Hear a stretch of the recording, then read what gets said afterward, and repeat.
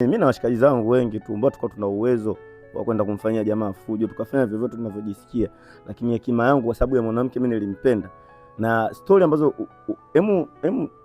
si nikuelezeje, feel mtu anakufanyia hicho kitendo afu kinazagaa sehemu ambayo unafanyia kazi. Wewe unafikiri kitatokea nini kwenye maisha ya mtu yote, hata ingekuwa wewe sehemu ambayo wewe unafanyia kazi kwa una uhuru, una amani. Yaani labda maybe nikuulize mtu ambaye ndo kama hivi umeenda kumuoji, si ndio Masudi? Umeenda kumuoji hivi mtu, labda wewe unakuja kusikia kwenye channel yako au mitandao yako umetembea na mtu ambaye umeenda kumuoji. Hivi mashabiki zako wanakuchukuliaje? Inakuwa sio picha nzuri. Si ndio Kwa hiyo itakuia ugumu sana, itabidi uame hata kijiwe. Nimekosa hela nyingi sana. Yaani vitu vingi vimedrop kwa ajili yake. Lakini mimi kumsamehe, mbona nimemsamehe mwenyewe anajua, nishamtumia message. Kwa hiyo kinachokufanya ushinde kurudiana naye ni kwa sababu ya mazingira ya watu wanaokutambua. Of course. Je, kama ikitokea ukahamisha makazi unaweza kumsamehe na kurudiana naye? Bado hujajua. Ujue nikwambie kitu ambacho kinaweza kikawasaidia na wengine pengine labda wanaonisikiliza. Watu hawaachani kwa kuchitiana. Si umenielewa blaza? Hakuna mtu yoyote duniani anamkuta mpenzi wake yuko na mtu fulani, hata ingekuwa amemkuta lodge, hata siku hiyo hawezi kwenda kumwacha. Na ndio maana unakuta hata ndoa nyingi zina miaka hata 10, misingi yao imesimama, na sio kama hawajawahi kufumaniana, lakini bado upendo kwenye moyo upo, naishi mpaka leo.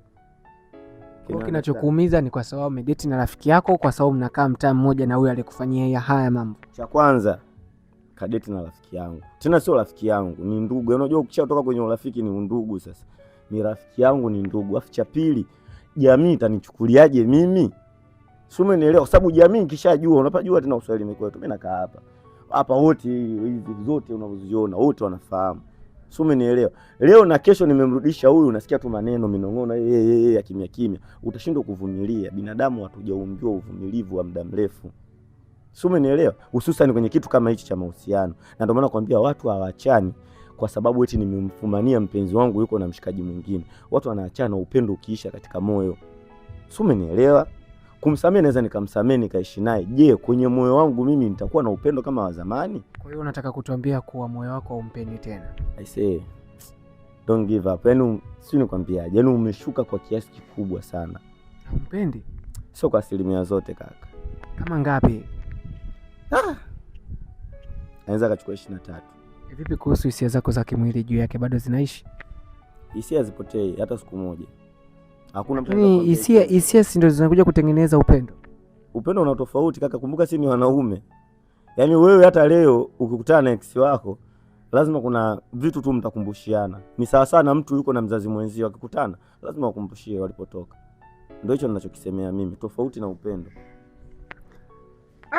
Si nachanganikiwa sasa. Kwa hiyo wewe huna hisia, wewe huna upendo. Upendo umepungua. Mama, wewe upo tayari kuwa na mtu ambaye hakupendi?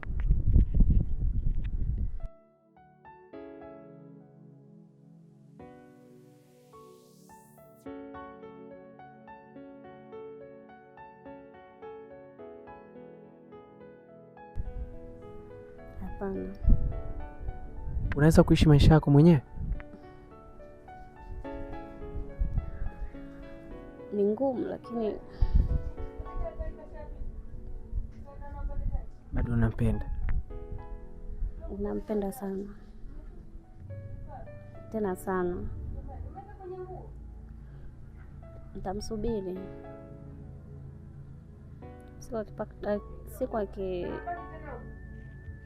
akibadili mtazamo wake, mimi nipo tayari. Nampenda sana kwa kweli, na ndio maana nilikufuata wewe.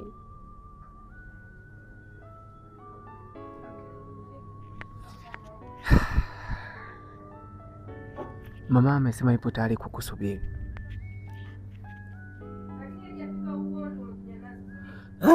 Pale utakapohisi kuwa unampenda, basi yupo tayari kabisa kabisa kwa asilimia zote kukusubiria wewe. Je, ya kusubiri au ondoke mazima? Wanasema kujenga ni kuzuri sana kuliko kubomoa kabisa nyumba ikabaki kama kiwanja watu wakaja kukiuza. Kwa sababu kitendo kilichotokea ni sawasawa ni mwanamke wangu namwachia hela ya mboga na bado aenda kutembea na muuza mboga. Inakuwaga inakupiga sana ukiwa kama mshikaji. Lakini sisi binadamu tumeumbiwa makosa. Wanasema anayefanya kosa siku zote anaweza akasamehewa, lakini kurudia kosa ni kosa kubwa sana kwenye maisha sasa hivi. Dunia imeharibika sana. Lakini kama yuko lazi, vyumba viko sehemu nyingi sana, maeneo mengi sana. Uwezekano upo kwenda kuanzisha moja ya upendo kutoka kwenye 23 ambao nipo nazo mpaka sasa hivi mpaka kufika kwenye hatua ya 100. Mimi niko lazi kukaa naye tena kwa mara ya pili. Kwa sababu hata familia yangu inamfahamu, ndugu zangu wanamfahamu, mawifi anajua. Labda ni upepo tu ambao mimi mwenyewe, kwa sababu nakubali na kile kosa nimekosa, na pia imenifundisha kitu kwamba sio kila rafiki wa kumwamini kwenye maisha, sio kila rafiki wa kumwamini siku zote ukampa kila kitu ukamfungukia mpaka moyo wako jinsi ulivyokuwa. Kwa sababu mshikaji nilishamuelezea kwamba mimi mwanamke nampenda, na yeye ni mwenyewe ni shahidi. Sijawahi kuwa na mwanamke tangia nimwache huyo. Majirani zangu ni mashahidi. Hawajawahi kuona sijaingiza mwanamke yote katika geto langu. Uwezekano upo mimi nitalipa kodi sehemu nyingine mbali na hapa kabisa. Uame. Yaani uame kabisa. Nataka niame kabisa. Lakini kwa hiyo nataka uniambie uwezekano wa kurudiana naye bado upo. Na ndio maana nimekuambia nataka nikae naye mara ya pili. Tuanze upya. Okay. Hiyo ni habari njema sana kwangu. Njema kwa sababu pale watu wanapoona kuwa hii nyufa ambayo ilikuwa imepasuka imejaribu kuunganishwa, hiyo ni habari njema. Hasa kitu kimoja tu ambacho nilikuwa natamani kuwapa. Kwa sababu mimi nafahamu hili limeshaisha. Mama, nataka kukifanya wewe kuanzia leo. Ogopa sana hii mitego ambayo unaiona. Huyu jamaa amekusamehe. Sio kama kuelewa, jamaa anakuelewa. Yuko tayari kuhama mazingira hapo. Kodi yako inaisha lini? Mwezi wa 8. Bado miezi miwili. Unaweza kumsubiria miezi miwili bila kumsumbua, bila kuwepo huku? Nipo tayari. Okay, good. Hata mimi mwanangu nimefurahi. Hiyo ndio kitu ambacho mimi napenda. Na hivi ndivyo upendo unavyotengenezwa. Kwa sababu watu wanavyoona watu wapo kwenye ndoa, msije mkazani hawafumaniani. Msije mkazani watu hawagombani. Watu wanabadilishiwa mpaka watoto. Huyu sio mtoto wako ndani ya ndoa huko. Si unaelewa? Lakini pia mimi kama kijana mwenzenu naweza nikaongeza baadhi ya maneno hapa. Neno la kwanza kwa mwanangu. Sheria 3 za mwanaume rijali, mwanaume halisi. Hautakiwi kupiga shemeji yako, demu wa mwanao au wa ndugu yako. Cha kwanza. Cha pili, hutakiwi kupiga ex wa mwanao wala kujiingiza kwenye mahusiano naye. Sheria ya 3 ya mwanaume, usijihusishe na mahusiano yoyote yale ambao unajua kuna mtu fulani ameishi, hata kama sio mwanao. Yaani umeona mimi nimeshakuona hivi. Kama ungekuja na demu wako hapo, mimi nikianza kumtamani demu wako nazingua. Alafu leo kuna wengine watakunyamazia, kuna wengine kesho watakufanya kitu kibaya. Kwa hiyo sheria ya kwanza ni kwamba hatupigi shemeji wala ex. Sheria ya pili hatupigi ex wa marafiki zetu. Sisi tuna focus na harakati zetu, tunatafuta hela, maisha yaendelee. Wanawake ni wengi, wanaume ni wengi duniani. Yaani haimaanishi kuwa maisha yenu ndio yanaweza kuishia hapa. Mnaweza mkatengeneza maisha mengine mazuri.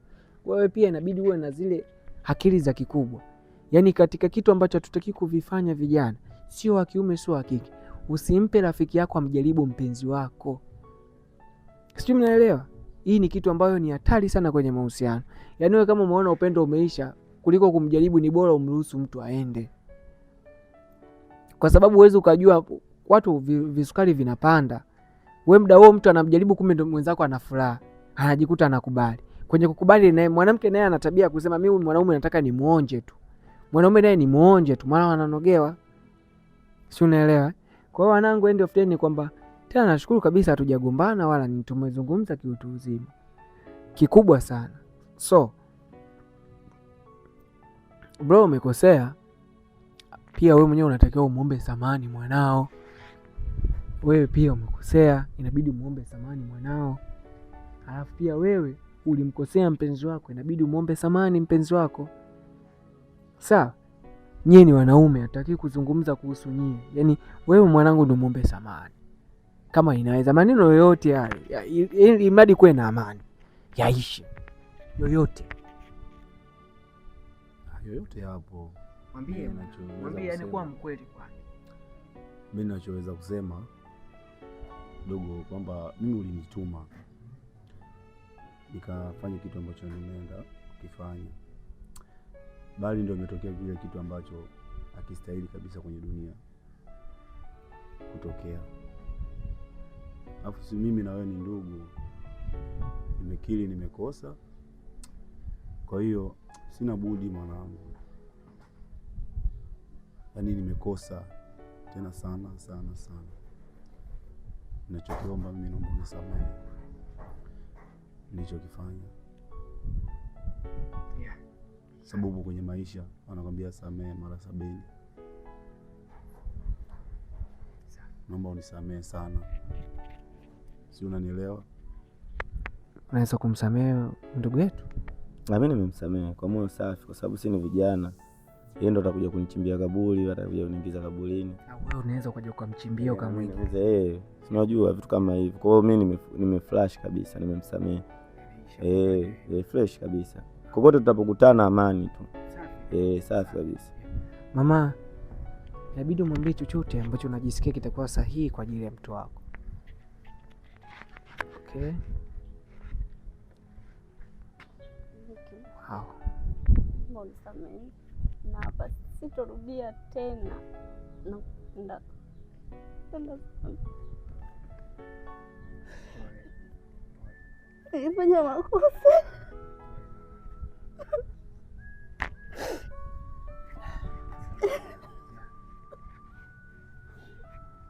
Safi wanangu. Wow. Amazing sana. Wow. Mimi nimekusamehe kwa moyo mmoja. Safi sana. Hata mimi pia wanangu nimefurahi. Yaani naombeeni kabisa msije mkatengana kwa matatizo madogo madogo. Jitahidini siku hizi mkiwa mnalala usiku mwe mnasali. Vita ni kubwa, si unaelewa? Naomba mmetisha. Mungu awabariki sana. Asante. Mimi pia nimefurahi sana. Asante sana. Hongera mama, hongera. Wewe mzee wangu. Naomba hichi kikao ni kifupi lakini amazing sana. Mwanangu kikubwa sana mwanangu, umetisha. So mimi naomba tu nizungumze kitu kimoja na huyu alafu then tutarudi hapa. Sawa. My brother, kwanza ninashukuru sana sana mwanangu. Hatujafanya hivi kwa ajili ya kuaibishana, ila sisi tumefanya hivi kwa ajili ya kujenga. Kikubwa ambacho unatakiwa kukifanya, yule kwanza nikimcheki yule ni dogo, yule ni mdogo kuliko wewe. Kwa hapo unachotakiwa kukifanya kuanzia leo, jifunze tu kujiweka mbali na watoto. Marafiki zako wasiwe watu wenye umri mdogo, tafuta watu ambao wana nature, wana akili ya kikubwa, sio unaelewa? Lakini pia kitu kingine cha pili ambacho unatakiwa kufanya bro, haupangiwi wala ukatazwa. Yaani mimi siwezi kukufundisha tu mwanamke wa kula au sio wa kula. Wewe unajua akula wasoliwa na unajua. Sawa? Kikubwa ni kuzingatia misingi yako. Jiheshimu wewe mwenyewe, utajua ni mwanamke gani wa kula, mwanamke gani ambaye hataki kula. Si ndio mwanangu?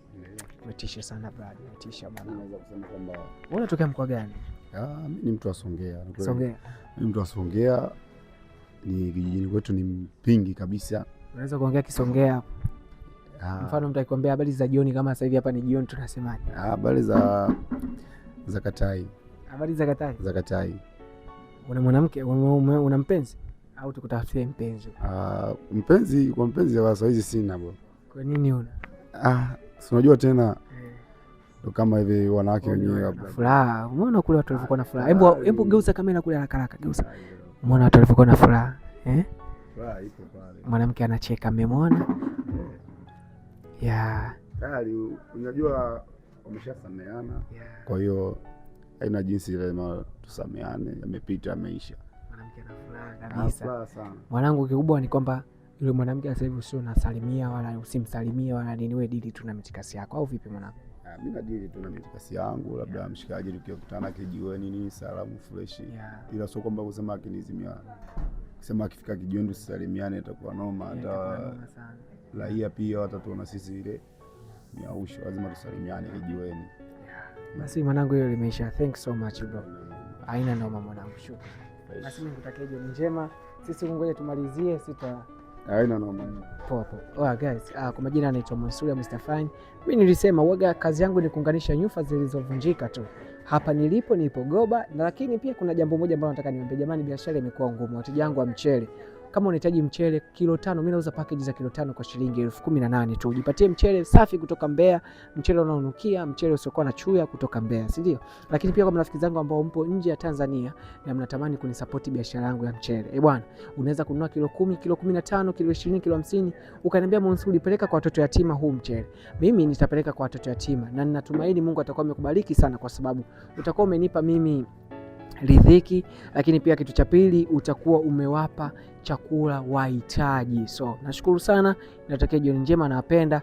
Namba zangu zipo hapo kwenye simu, wasiliana nasi muda wote. Bye bye.